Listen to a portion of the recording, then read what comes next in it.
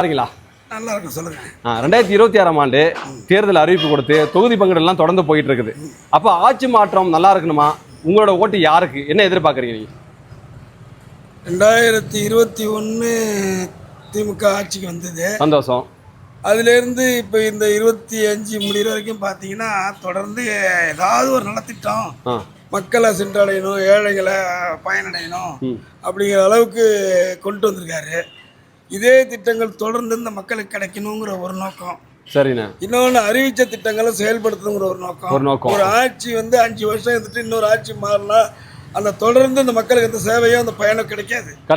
தொடர்ந்து அடுத்த 5 ஆண்டுக்கு வந்தாங்கன்னா தான் இந்த 5 ஆண்டுல செஞ்சதை நிறைவுபடுத்தி அடுத்த தொடக்கத்தை கொண்டு நிறைவுபடுத்தி முடிக்கிறதுக்கும் அடுத்தது புதுசா அடுத்த காலங்கள் நிறைய மாறிட்டு வர்றதுனால காலத்துக்கு தகுந்த மாதிரி ஆட்சியிலையும் மாற்றம், மக்களுக்கு செய்யற நல்லது கெட்டதுலயும் மாற்றங்கள் தேவைப்படுது. அப்ப நிறைய நல்ல மக்களுக்கு போய் சேர்ந்திருக்கு. தொடர்ந்து அறிவிப்பு கொடுத்துட்டே இருக்காங்க.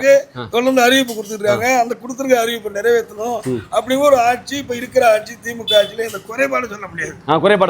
மக்களுக்கு கிடைக்க வேண்டிய கிடைக்குது. அதுல எந்த குறைபாடு கிடையாது. எந்த இடர்பாடு இல்லாம போய் சேர்ந்துட்டு இருக்குது. போய் சேருது. சந்தோஷம். அங்கங்க சின்ன சின்ன பிரச்சனைனாலும் ஏதோ அங்கங்க இருக்கிறவங்க சரி பண்ணி நிவர்த்தி பண்ணிடுறாங்க. அதனால ஆட்சியில வந்து மேல உள்ளவங்களுக்கு, இந்த அதிகாரிகளுக்கும், சட்டமன்ற உறுப்பினர் உள்ளவங்களுக்கும், நாடாளுமன்ற உறுப்பினர்களும் ஒரு பயத்தோடயே தான் போயிட்டு இருக்காங்க. அந்த அளவுக்கு நிர்வாகத்துல கொண்டு வர்றாரு. அதனால ஆட்சி மாற்றம் இல்லாம இருக்கக்கூடிய ஆட்சி இருந்தா தொடரணும். இருக்கக்கூடிய ஆட்சி தொடரணும். மக்களுக்கு நல்லது கிடைக்கும். தேவையான அறிவித்த திட்டங்கள் போய் சேரும். அடுத்தது அறிவித்த இப்ப பெண்களுக்கு வந்து இலவச பஸ் கொடுத்துருக்காங்க. அது ஒரு பெரிய பயன்பாடு.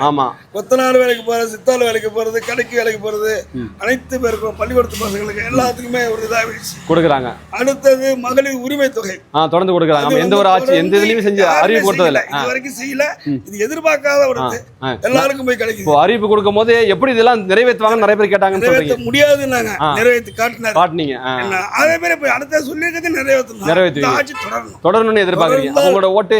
எங்களுடைய ஓட்டு நிச்சயமா வந்து சூரியனுக்கு தான். ரொம்ப நன்றி. உங்களோட பொன்னான நேரத்தை நம்மளுக்கு கொடுத்தது ரொம்ப நன்றிண்ணே. சந்தோஷம்.